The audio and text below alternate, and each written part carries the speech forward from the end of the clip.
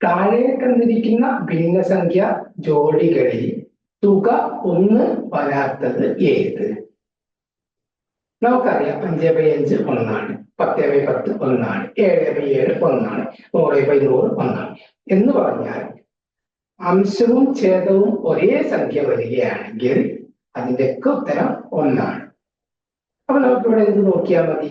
രണ്ടും കൂടി കൂട്ടിയാൽ അത് ഒരേ സംഖ്യ വരുമോ വരില്ലേ എന്നുള്ളത്. നമുക്ക് ഭാഗ്യത്തിന് എന്താണ് ഗുണം?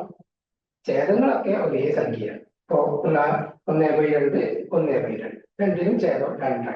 ഇവിടെ 2/3 1/3 ഛേദം 3ആണ്.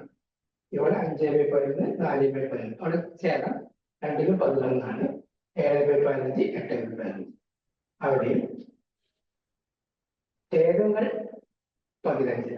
അതായത് ഇതിലെ ഛേദങ്ങൾ തുല്യമായാൽ എന്ത് ചെയ്താൽ അംശങ്ങൾ തമ്മിൽ കൂട്ടിയാലും വളരെ ഈസിയാണ്. അപ്പൊ നമുക്ക് എന്ത് ചെയ്താൽ മതി? 1/2 1/2 കൂട്ടുക. 1 1 2. നമ്മൾ മനസ്സിൽ തന്നെ കണക്കൂട്ടേണ്ട ആവശ്യമുള്ളൂ, വേറെ പ്രത്യേക എഴുതി കൂട്ടേണ്ട ആവശ്യമൊന്നുമില്ല. 1 1 2 ഇപ്പൊ 2/2 എന്ന് പറഞ്ഞാൽ 1/2 പ്ലസ് 1/2 എന്ന് പറഞ്ഞ ഛേദം 2ആണ്. പിന്നെ അംശങ്ങൾ തമ്മിൽ കൂട്ടിയാൽ 1 1 2 2/2 എന്ന് പറഞ്ഞു. തീർച്ചയായിട്ടും അതിന്റെ ഉത്തരം 1ആണ്. അപ്പൊ അതല്ല. അടുത്തതോ അത് 2/3 1/3 ഛേദങ്ങൾ തുല്യമായതുകൊണ്ട് 3 എന്ന് വരും. പിന്നെ എന്ത് ചെയ്താൽ മതി?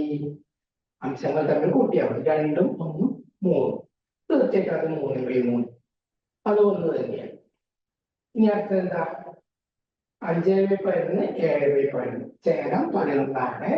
അംശങ്ങൾ തമ്മിൽ കൂട്ടിയാൽ 5 4 9. അതെന്തല്ല, ഛേദം 11ആണ്, അംശം 9ആണ്. അപ്പൊ തീർച്ചയായിട്ടും മതി ഉത്തരം 1ആവില്ല എന്ന് ഉറപ്പാണ്. അപ്പൊ നമുക്ക് ഉത്തരം ഏതാണ്?